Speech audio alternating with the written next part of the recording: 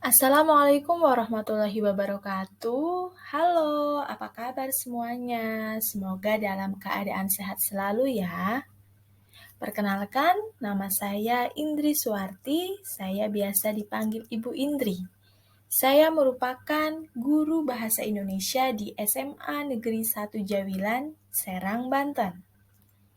Nah, pada video kali ini saya ingin berbagi sedikit mengenai penjelasan materi negosiasi, khususnya untuk jenjang SMA atau SMK kelas 10.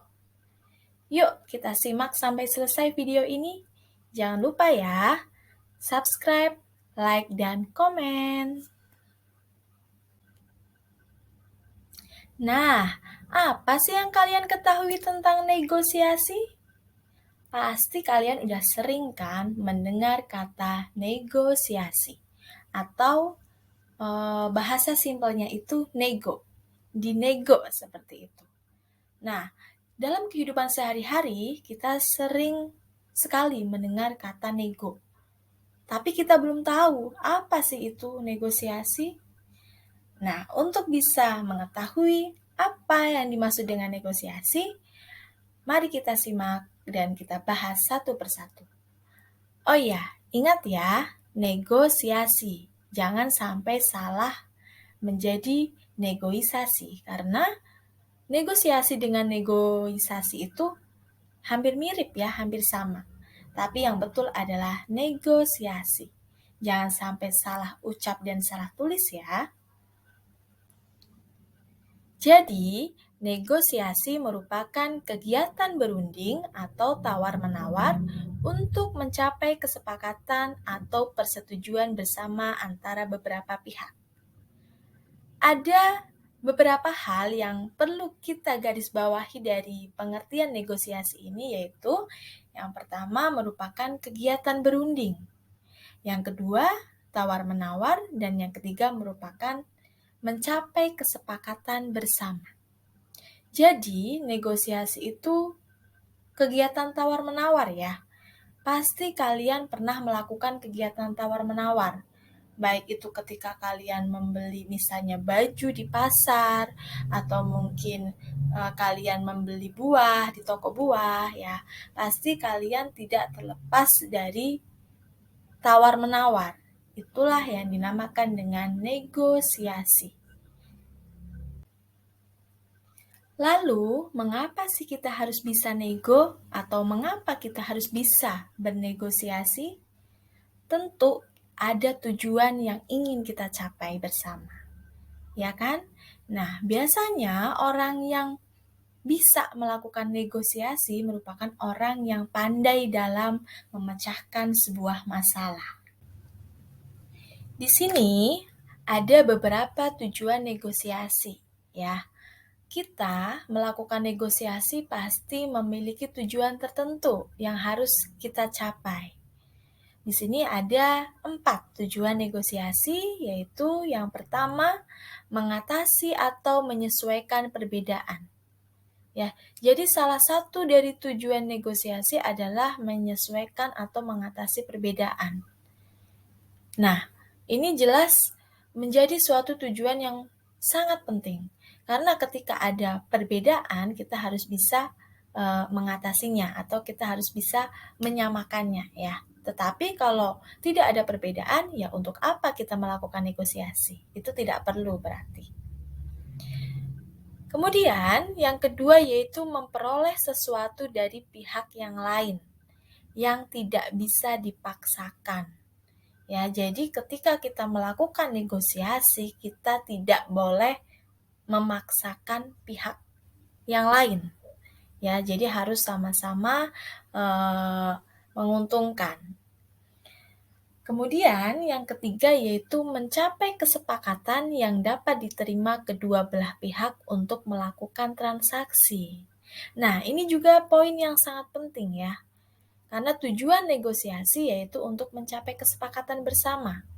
Ya, kalau kita melakukan negosiasi tetapi tidak terjadi kesepakatan, tidak adanya persetujuan, maka ya mohon maaf, negosiasi tersebut berarti gagal. Jadi harus mencapai kesepakatan. Ya, misalnya ketika kalian melakukan transaksi jual beli buah ya, misalnya di toko buah. Kemudian harganya itu menurut kalian terlalu tinggi. Kemudian kalian mengajukan permintaan ya untuk harganya itu mungkin dikurangi. Nah, pada akhirnya penjual itu setuju. Maka antara pembeli dengan penjual itu sepakat ya.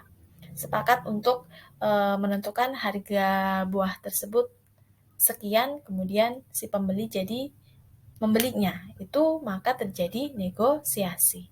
Tetapi kalau kalian misal membeli buah, kemudian kalian minta harganya dikurangi, tetapi penjual tidak setuju, maka tidak terjadi negosiasi. Nah, yang terakhir atau yang keempat yaitu menyelesaikan sengketa atau perselisihan pendapat. Jadi dalam negosiasi itu kan di awal dijelaskan bahwa negosiasi merupakan perundingan atau tawar-menawar ya.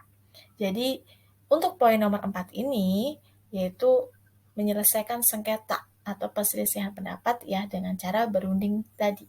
Kalau misalkan tidak dapat diselesaikan ya berarti itu tidak terjadi negosiasi. Kemudian, pada akhirnya, kesepakatan antara kedua belah pihak merupakan tujuan dari negosiasi. Kedua belah pihak harus dapat saling menerima dan mengambil jalan tengah atau solusi yang ditawarkan.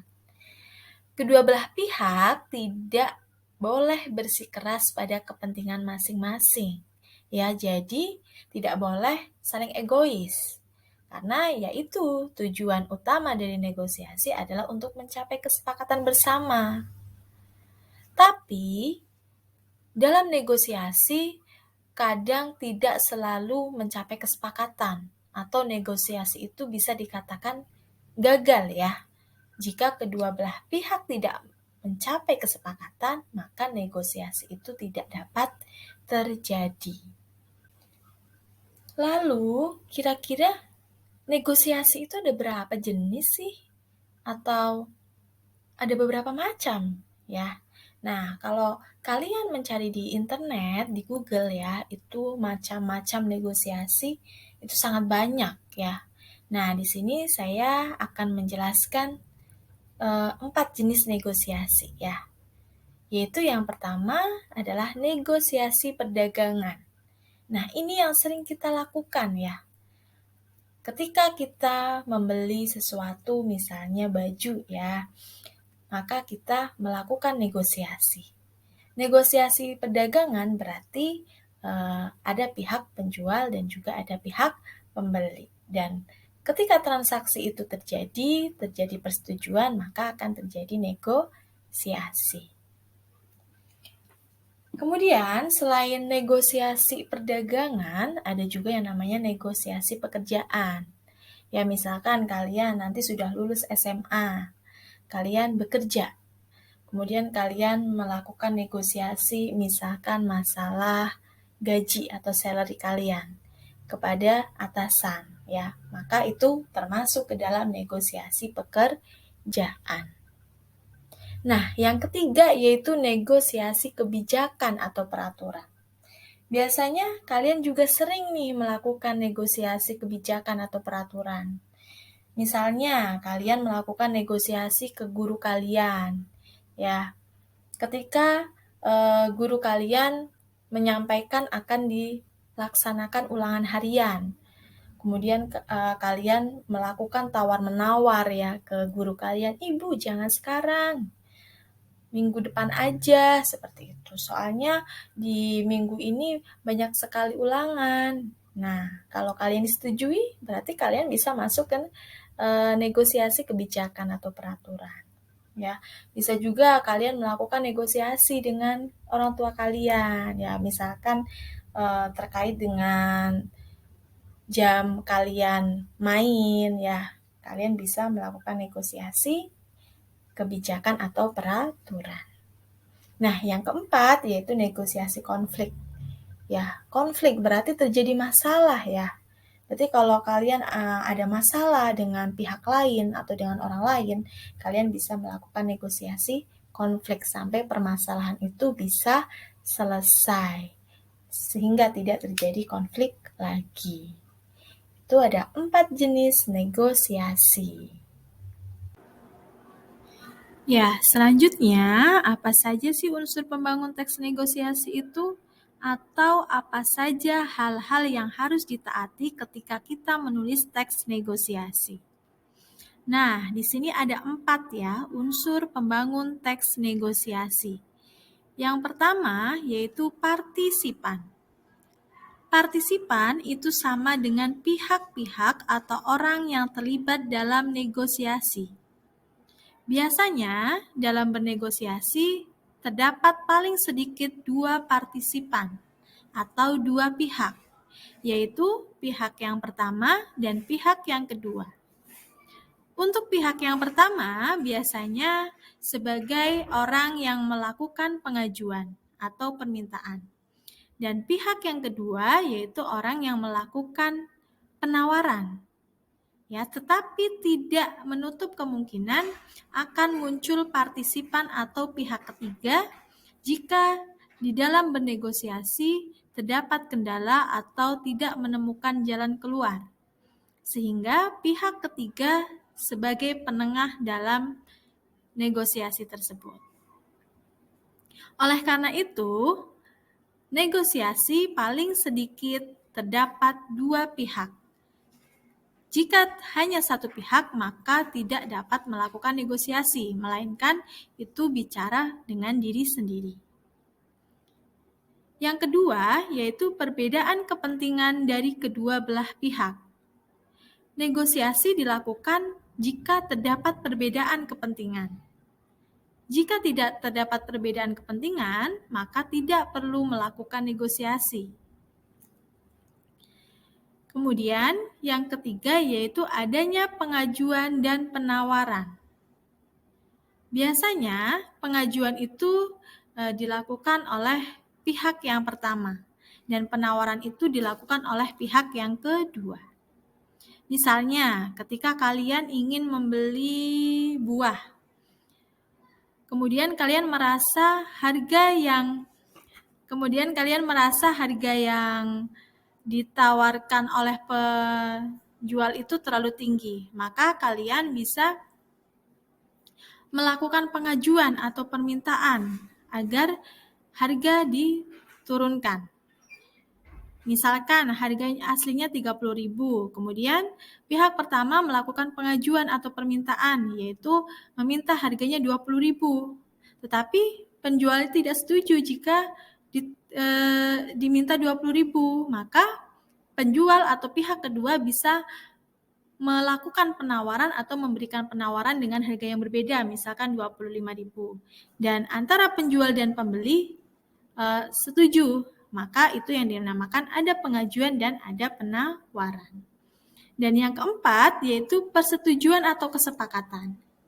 Jadi, dalam bernegosiasi itu harus terdapat persetujuan atau kesepakatan. Karena jika tidak terdapat persetujuan atau kesepakatan, maka tidak terjadi yang namanya negosiasi. Ya, itu adalah 4 unsur pembangun atau hal-hal yang harus ditaati ketika kita menulis teks negosiasi. Selanjutnya, faktor apa saja yang menentukan keberhasilan sebuah negosiasi itu? Ya, meskipun di awal dijelaskan bahwa negosiasi itu tidak selamanya selalu berhasil. Kadang negosiasi itu bisa gagal. Tapi, pasti kalian ketika melakukan negosiasi, inginnya berhasil kan? Nah, jadi kira-kira apa saja yang membuat negosiasi itu bisa berhasil? Oke, ada 4 ya. Yang pertama yaitu kesediaan semua untuk berkompromi dengan pihak lain. Jadi ada kompromi antara pihak yang satu dengan pihak yang lain. Kemudian yang kedua, tidak ada pihak yang dirugikan. Jadi dalam negosiasi itu tidak boleh ada pihak yang dirugikan. Harus sama-sama saling menguntungkan. Karena ada istilah win-win solution, yaitu harus saling menemukan solusi. Kita tidak boleh merugikan, kita tidak boleh egois, ya.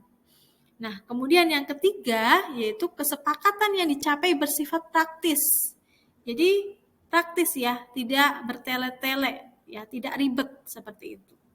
Dan yang keempat yaitu alasan yang disertakan mampu memengaruhi pihak lain. Jadi ketika kita melakukan negosiasi, kita harus memberikan alasan-alasan yang logis, yang masuk akal, yang bisa diterima oleh pihak lain. Misalkan, ketika kalian meminta handphone baru ke orang tua kalian, mungkin awalnya orang tua kalian tidak setuju karena handphone yang kalian miliki mungkin belum lama seperti itu. Tetapi kemudian kalian memberikan alasan-alasan yang tepat. Misalkan baterainya cepat habis atau mungkin memorinya penuh, sedangkan kalian membutuhkan aplikasi-aplikasi yang banyak. Kemudian mungkin daya kerja handphonenya lambat sehingga kalian terhambat dalam mengerjakan tugas sekolah. Nah, alasan-alasan seperti itu mungkin dapat mempengaruhi orang tua kalian, sehingga orang tua kalian langsung berpikir, oh iya ya, kalau handphone anak saya lambat berarti tugas sekolahnya juga terhambat. Nah, akhirnya orang tua kalian menyetujuinya untuk membelikan handphone kalian. Ya, jadi harus ada alasan-alasan yang tepat. Itu adalah faktor yang menentukan keberhasilan sebuah negosiasi. Oke, demikianlah penjelasan mengenai materi negosiasi di part 1 ya. Semoga bermanfaat untuk kalian. Jangan lupa subscribe dan follow akun Instagram, Facebook, serta TikTok saya. Dan jangan lupa nantikan video-video saya selanjutnya. Tetap semangat dan sampai jumpa kembali. Wassalamualaikum warahmatullahi wabarakatuh.